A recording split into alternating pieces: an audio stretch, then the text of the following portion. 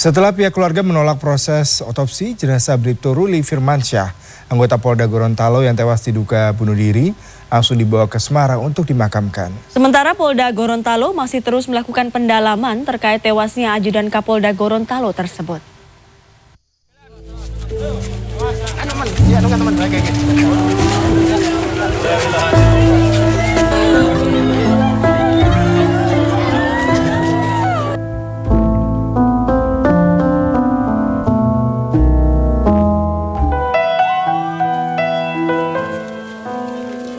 Isak tangis keluarga pecah saat jenazah atlet bulu tangkis nasional Syabda Perkasa Belawa dan sang ibunda Ani Sulestiawati tiba di rumah duka di Dusun Roto, Kecamatan Mondokan, Kabupaten Sragen, Jawa Tengah pada Senin petang.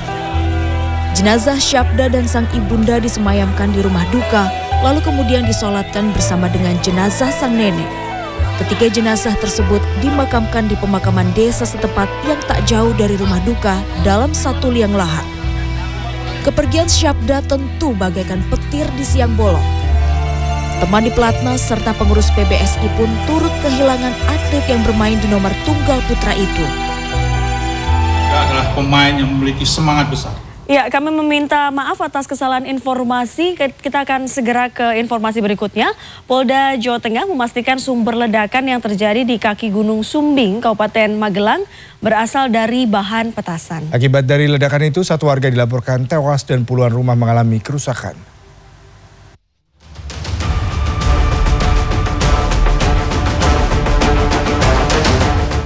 Luluh lantak. Beginilah kondisi rumah milik Mufid yang menjadi pusat ledakan di Desa Giriwarno, Kecamatan Kaliangkri, Kabupaten Magelang, Jawa Tengah. Kondisi serupa juga terjadi pada sejumlah rumah lainnya.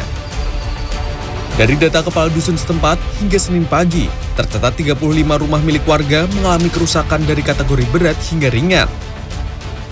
Korban Mufid tewas di lokasi kejadian, sementara 3 orang lainnya terluka dan saat ini dirawat di Rumah Sakit Umum Daerah Tidar, Kota Magelang. Rusak berat kebanyakan di sekitaran pusat ledakannya, ada sekitar 5 atau 6 rumah yang rusak. Radius lebih dari 30 meter ya, karena sampai masjid itu, dan masjid juga mengalami kerusakan ringan. Senin pagi Kapolda Jawa Tengah Irjen Pol Ahmad Lutfi mengecek lokasi ledakan. Dari hasil penyelidikan sementara, tim Gegana Polda Jawa Tengah, ledakan diduga bersumber dari bahan baku petasan di lantai 2 rumah korban. Pihak kepolisian mengamankan sebuah plastik berisi bahan petasan, yakni potasium, belerang, dan serbuk aluminium. Sementara dari keterangan sejumlah saksi diketahui korban merupakan pembuat petasan renteng dan memesan bahan petasan seberat 7,5 kg dari seorang warga Tegalrejo, Kabupaten Magelang yang saat ini telah ditetapkan tersangka oleh pihak kepolisian. Dan ini hasil penyidikan law enforcement, bahan-bahan mercon, jadi potasium, kemudian sulfur, aluminium. Yang sementara ini kita amankan 1 orang tersangka atas nama I. Nah, ini merupakan satu warning bagi kita semuanya. Peristiwa ledakan itu terjadi pada Minggu sekitar pukul 8 malam usai masyarakat melaksanakan sholat tarawih. Hingga saat ini warga masih bergotong royong memperbaiki atap rumah yang rusak. Trijoko Purnomo, Magelang, Jawa Tengah.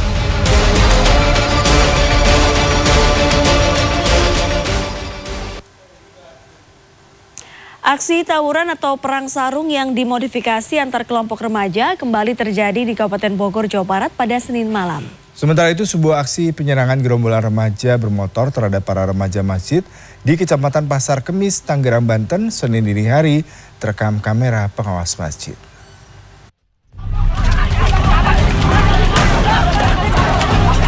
Aksi tawuran 2 kelompok remaja kembali terjadi di Kabupaten Bogor, Jawa Barat, Senin malam. Dari rekaman video amatir terlihat 2 kelompok remaja saling serang usai pelaksanaan sholat tarawih. Aksi tawuran ini tidak berlangsung lama usai pihak kepolisian datang ke lokasi dan mengamankan sejumlah remaja yang terlibat aksi tawuran langsung ke Mapolsek Jonggol. Dari tangan para remaja ini, pihak kepolisian mengamankan sarung yang dimodifikasi menjadi senjata dan juga pentungan yang mereka gunakan untuk tawuran. Pihak kepolisian menyebut aksi tawuran para remaja ini bahkan dilakukan hampir tiap malam saat Ramadan, utamanya jelang sahur dan usai pelaksanaan sholat tarawih.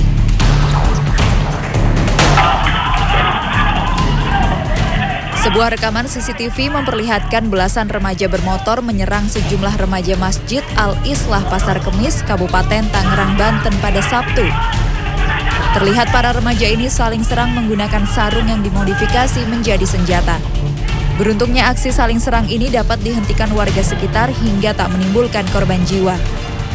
Berbekal rekaman CCTV, pihak kepolisian menangkap 18 remaja yang sebelumnya diduga kelompok geng motor dari beberapa lokasi berbeda di Kabupaten Tangerang.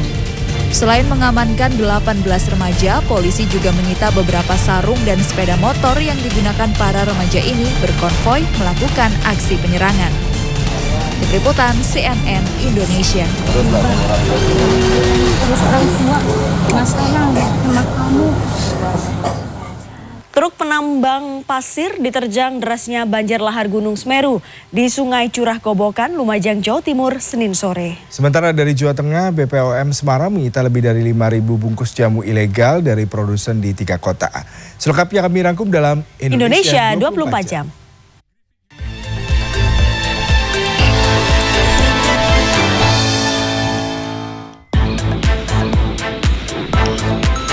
Truk penambang pasir diterjang banjir lahar Gunung Semeru di Sungai Curah Kobokan, Desa Supit Urang, Lumajang, Jawa Timur, Senin sore. Insiden ini terjadi lantaran derasnya arus banjir lahar setelah kawasan Gunung Semeru diguyur hujan deras. Sopir truk berhasil menyelamatkan diri, namun truk yang dikendarainya akhirnya terguling. Petugas BPBD setempat mengimbau warga dan penambang meningkatkan kewaspadaan lantaran Gunung Semeru berstatus siaga.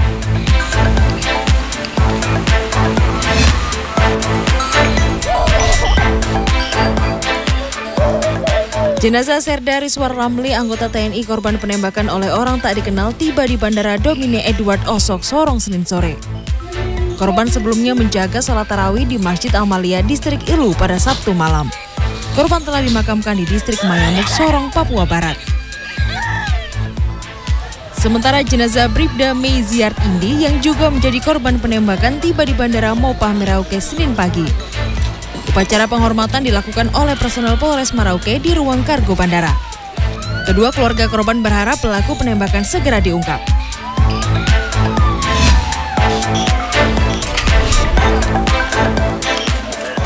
BPOM Semarang, Jawa Tengah Selasa siang menyita 5.676 bungkus jamu ilegal dari produsen di Brebes, Sukoharjo, dan Magelang. Jamu disita saat hendak dikirim ke Jawa Barat dan Jawa Timur. Setelah disita, jamu-jamu tersebut dimusnahkan karena dicampur dengan bahan kimia berbahaya hingga 3 kali lipat. Para produsen jamu juga ditahan karena melanggar Undang-Undang Kesehatan dan Perlindungan Konsumen. Tim Liputan CNN Indonesia.